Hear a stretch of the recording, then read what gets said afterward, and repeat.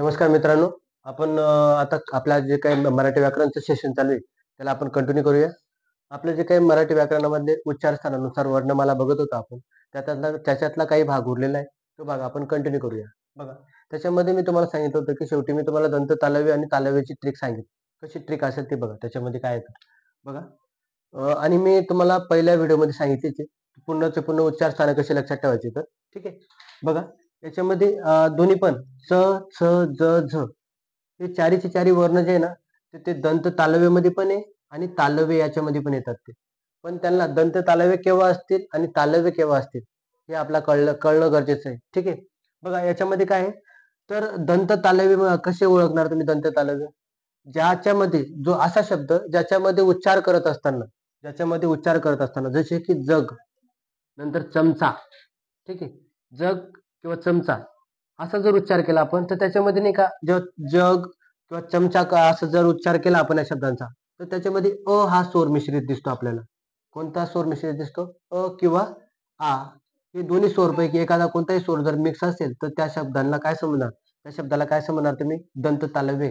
तो शब्द काय असेल? दंत तालव्य.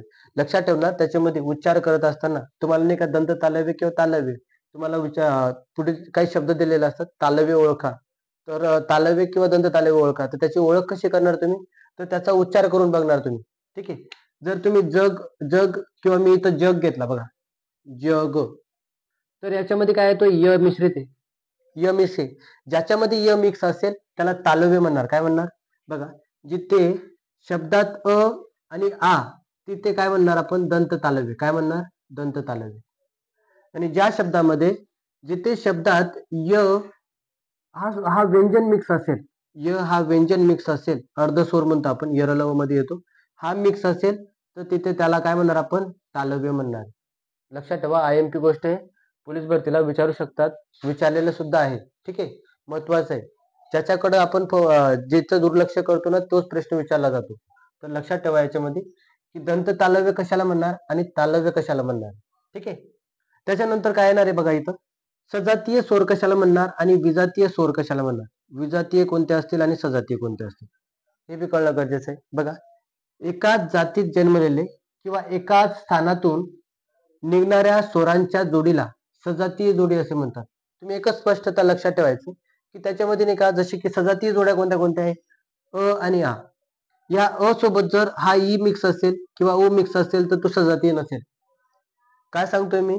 अ आणि आ हे उच्चार स्थानातून एकाच एकाच स्थानातून निघणाऱ्या स्वराच्या जोडीला आपण सजातीय जोडी असे म्हणतोय. ज्याच्यात एकच उच्चार येतो, त्यांचा उच्चार नाही का एका स्थानातून येत असतो ना, त्यांना आपण काय म्हणणार? सजातीय जोडी. जशी की उदाहरणार्थ इथं दिलेले बघा, अ आणि आ ही सजातीय जोडी, दोन्ही पण काय? सजातीय जोडी. तसेच ई आणि इडली वाला ई हे दोन्ही पण काय? सजातीय जोडी. नंतर उ आणि उकळाचा उ सजातीय जोडी. आपल्याला हे सजाती आणि विजाती का कळणं गरजेचं आहे? कारण आपल्याला पुढं संधी हा चॅप्टर बघायचा आहे. तर संधी चॅप्टर मध्ये आपल्याला सजातीय काय असतं, विजातीय काय असतं हे कळणं गरजेचं आहे. तरच आपल्याला कळेल की त्याच्यामध्ये कोणती संधी आहे, काय आहे. तर ते आपल्याला कळणार आहे पुढच्या चॅप्टर मध्ये. ठीक आहे. तर मग या चॅप्टर मध्ये तुम्हाला या लेसन मध्ये आपल्याला काय कळून घ्यायचं आहे, की सजातीय काय असेल आणि विजातीय काय असेल. ठीक आहे. विजातीय काय असेल? वेगवेगळ्या उच्चार स्थानातून जन्म घेणाऱ्या स्वरांच्या जोडीला आपण काय म्हणणार? विजातीय जोडी असे म्हणणार. काय म्हणणार? विजातीय जोडी.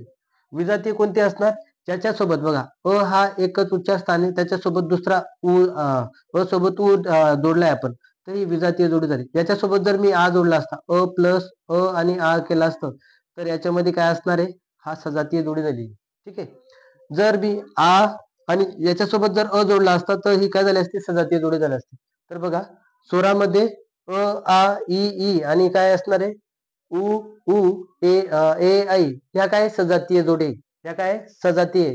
आणि त्याच्यामध्ये जर मी अ सोबत जर उ जोडत असेल किंवा ऋषीचा जोडत असेल किंवा लू जोडत असेल, तर त्याच्यामध्ये ती काय असणार आहे? विजातीय जोडी असणार आहे. लक्षात ठेवा, याच्यामध्ये सजातीय काय असेल आणि विजातीय काय असेल. आणि मी जे काही व्हिडिओमध्ये नोट्स ज्या काही लिहितोय मी फळ्यावर, ते तुम्ही दररोज जर लिहित गेले, तर तुमच्या आपोआप लक्षात बसून जाईल ते. आणि जे काही पुस्तकं असतात, पुस्तकांमध्ये मी जे रेफरन्सेस जे काही वेगवेगळे रेफरन्सेस रीड करून ह्या नोट्स काढलेल्या आहेत. तुम्ही पण हे नोट्स तुमच्या वहीमध्ये नोंद करत जा. ठीक आहे. कळलं असेल तुम्हाला आता दंत तालव्य काय असतं, तालव्य काय असतं. ज्या स्वरातून अ असा उच्चार, ज्या शब्दातून अ असा उच्चार होतो, अ या स्वराचा उच्चार होतो किंवा आ, त्याला म्हणणार दंत तालव्य, आणि य चा उच्चार होत असेल तर त्याला काय म्हणणार, तालव्य. ठीक आहे. ओके. चला तर मग आपण बेसिक कन्सेप्ट बघू. पोलीस भरतीसाठी IMP असणाऱ्या महत्वाच्या गोष्टी, ज्याच्याकडे पोरं नेहमीप्रमाणे दुर्लक्ष करतात, त्याच्याकडे आपल्याला फोकस करायचा आहे. बघा कोणत्या गोष्टी आहेत त्या. तर त्याच्यामध्ये बघा आपल्याला माहिती असायला पाहिजे की आपण वर्णमाला तर बघतो, तो वर्णमालेमधील कोणते वर्ण कसे, त्यांचं स्वरूप कसं आहे ते बी बघणं गरजेचं आहे. बघा त्याच्यामध्ये बाकीचे काही वर्ण आहे बघा, काही उभादंड असणारे वर्ण आहेत, काही मध्य उभादंड असणारे, काही अर्ध उभादंड असणारे, स्वतंत्र उभादंड असणारे आणि दंडहीन वर्ण पण आहे. ठीक आहे. तर उभादंड म्हणजेच काय, तर बघा याच्यामध्ये हा जे अक्षर जोडलेलं आहे, याच्यामध्ये ही जी रेष दिसते तुम्हाला य मधली, ही रेष म्हणजेच काय, हा उभादंड आहे. ठीक आहे. त्याच्यानंतर हा बघा श, हा पण काय उभादंड आहे. त्याच्यानंतर सला जोडलेली जी रेष आहे, याला पण काय म्हणणार आहे, उभादंड. मला जोडलेली एक रेष आहे, त्याला काय म्हणणार, उभादंड. ठीक आहे. त्याच्यानंतर मध्य उभादंड कशाला म्हणणार, ज्याच्या आजूबाजूला बघा, इकडे बघा, मध्ये मध्ये जी एक स्पेशल रेष मारलेली आहे, त्याला काय म्हणतो आपण, मध्य उभादंड म्हणणार. नंतर फ बघा, फला पण मध्य उभा, ही जी रेष दिसते त्याला काय म्हणणार, मध्य उभादंड असं म्हणणार आहे. तर उभादंड असणारे जे काही वर्ण आहे ते किती आहे, 4, आणि मध्य उभादंड असणारे वर्ण किती आहे, 3. ठीक आहे. अर्ध उभादंड असणारे वर्ण किती आहे, तर ती 5 आहे.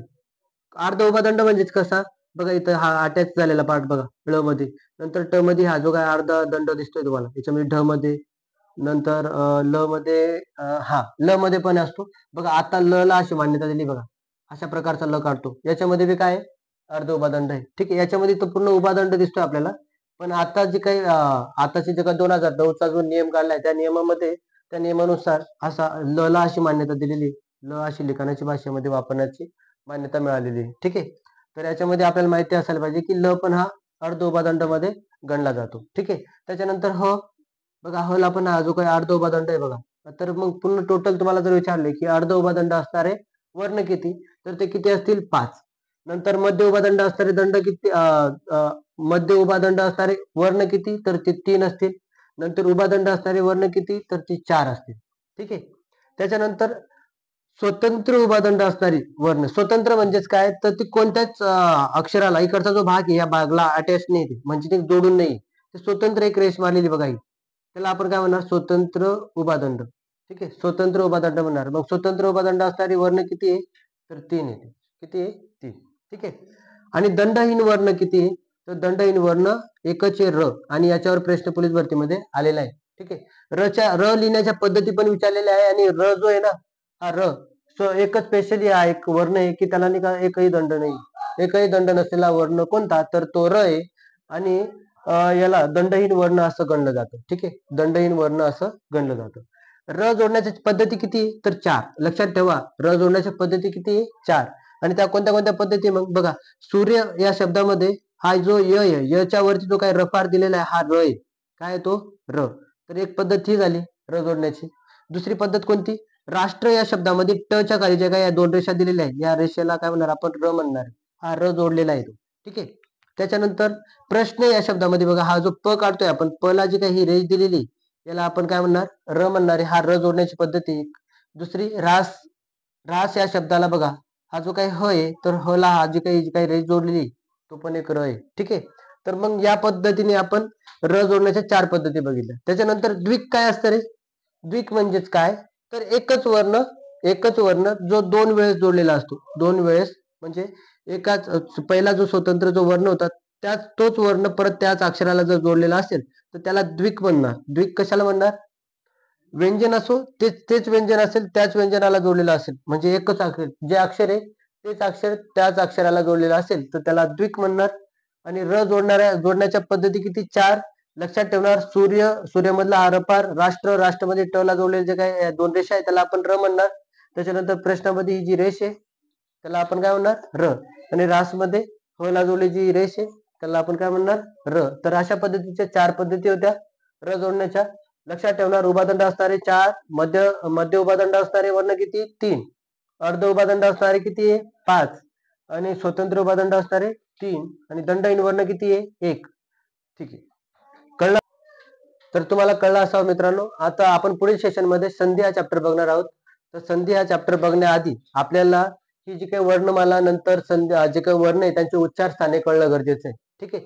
ते कळले तर मग तुम्हाला संधी चॅप्टर पण बऱ्यापैकी कळणार आहे. संधी चॅप्टर मध्ये बऱ्यापैकी प्रश्न पोलीस भरतीला आलेले वेगवेगळ्या भरती परीक्षामध्ये येत असतात. ठीक आहे. धन्यवाद मित्रांनो.